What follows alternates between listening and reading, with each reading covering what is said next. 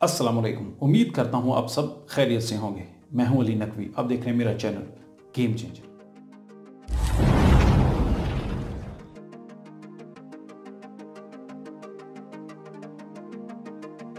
आइए आज की कहानी का आगाज करते हैं।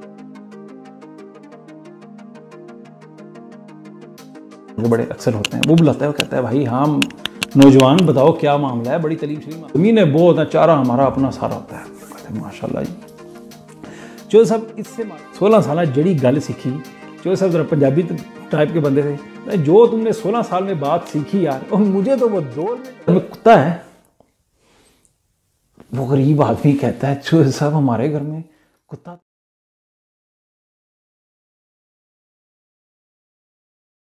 भाई हम नौजवान बताओ क्या मामला है, बड़ी तलीम शरीफ हासिल करके आए हो, कोई हमें भी बताओ तालीम चीज़ क्या होती है। कहता है चो साहब तालीम बड़ी अच्छी चीज़ होती है। कहता है भाई तालीम अच्छी चीज़ होती है, हमें समझाओ इसका क्या फ़ायदा है। कहता है चो साहब तालीम से इंसान को शऊर आता है, इंसान को अक्ल आती है, इंसान को बहुत फ़ायदा इसका। कहता है यार शऊर वऊर तो मुझे समझ नहीं आ रहा, कोई मिसाल दो, कोई पता लगे तुम्हारी तालीम का हमें भी कोई फ़ायदा हो। कहता है चो साहब आप एक मुझे सवाल का जवाब दें। चो साहब कहते हैं हाँ भाई पूछो। चो साहब आपके घर में कुत्ता है। चो साहब कहते हैं हाँ जी मेरे घर में कुत्ता है।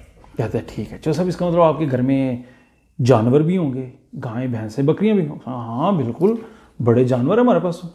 कहता है अच्छा चो साहब इसका मतलब है कि जानवरों को डालने के लिए जो चारा इस्तेमाल होता है उसके लिए आपके पास ज़मीनें भी होगी जहाँ पर आपने चारा लगा होगा। अल्लाह का शुक्र है यार ज़मीनें बहुत हैं, चारा हमारा अपना सारा होता है। कहते हैं माशाल्लाह जी। चो साहब इससे मालूम होता है कि आपके वालिद साहब ने बड़ी मेहनत की है और बड़ी मेहनत करके ये ज़मीनें बनाई। हमने कहा बिल्कुल बड़ी मेहनत की है भाई, ज़मीनें बड़ी मेहनत से बनती हैं। कहता है चो साहब इसका मतलब आपकी वालदा भी बड़ी नेक और शरीफ खातून थी जिनने आपके वालिद साहब का इस भरपूर सारे मामले में भरपूर साथ दिया। बड़ी नेक और अच्छी औरत होंगी जिस वजह से आपके वालिद साहब ने इतनी मेहनत की और तरक्की की।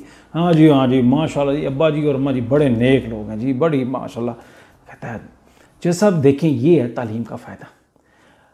मैंने आपसे सिर्फ एक सवाल किया कि आपके घर में कुत्ता है। कहता हाँ। मैंने आपको सारा आपका शजरा बता दिया कि आपके शजरे में क्या क्या है, आपके पास क्या क्या चीज़ें हैं, आपके पास कितनी जदात है, आप मालदार हैं, आपके माँ बाप बड़े नेक लोग हैं, आप एक अच्छे ख़ानदान से ताल्लुक़ रखते हैं। कहता वो मुंडिया है तो बड़ी तू मज़े की गल दसी, मतलब तुमने बड़े मज़े की बात बताई कि तालीम मतलब एक सवाल से इतने जवाब निकाल लेती है। कहते हैं हाँ जी, क्योंकि शऊर इंसान को आ जाता है ना, तो शऊर इंसान को जब आता है तो इंसान चीज़ों को तमीज़ और तहज़ीब के दायरे में उन्हें जज करने का, उन्हें परखने का उसको अंदाज़ा आ जाता है।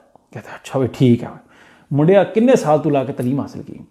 लड़का कहता है चलो साहब मुझे 16 साल लगे तालीम हासिल। कहता है यार तू 16 साल जड़ी गल सीखी।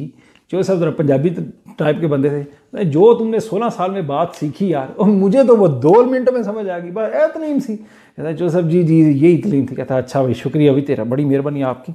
चला जाता है जी। लड़का गया। अब अगले दिन चौधरी साहब पग शग पहनते हैं, अपने लिबास आला लिबास पहनते हैं और गाड़ी के बिना निकल पड़ते हैं खेतों में। कहते हैं यार कोई आज कोई मजदूर शजदूर या कोई हारी या कोई हाथ लगे, मैं अपनी तलीम का ना उस पर ज़रा रोब डालूँ। बड़ी कोशिश करने के बाद कोई मजदूर कोई किसान कोई हाथ नहीं लगता। बेचारे शाम को वापस आते हैं, आगे देखते हैं घर में काम करता हुआ काम हाथ चढ़ जाता है। कहता ओ बशीरिया इधर आ। बशीर आता जी। कहता है जी चौधरी साहब। कहते चौधरी साहब आपने बुलाया था। हाँ मैं बुलाया थी, गल सुन मोड़ा भाई बशीर तलीम हासिल की। कहते जी चौधरी साहब हम गरीब लोग, हमने कहाँ से तालीम हासिल करनी है। कहता अच्छा भाई तालीम हासिल कर, तालीम हासिल करोगे फ़ायदा होगा। कहता है चौधरी साहब क्या फ़ायदा। और शऊर आएगा, अक्ल आएगी।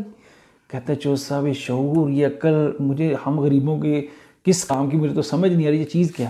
कहता है अच्छा बैठ, तुझे एक मैं बात बताता हूँ। जी बताएं। चौधरी साहब बोलते हैं कि बता यार तेरे घर में कुत्ता है। वो गरीब आदमी कहता है चौधरी साहब हमारे घर में कुत्ता तो नहीं है। कहता अब चौधरी साहब परेशान हो गए, 2 मिनट के लिए सोचते हैं यार ये घर चो कुत्ता ही को नहीं। कहता है मतलब तेरे माँ प्यो कोई नेक आदमी नहीं सन। भाई वो परेशान हो गया।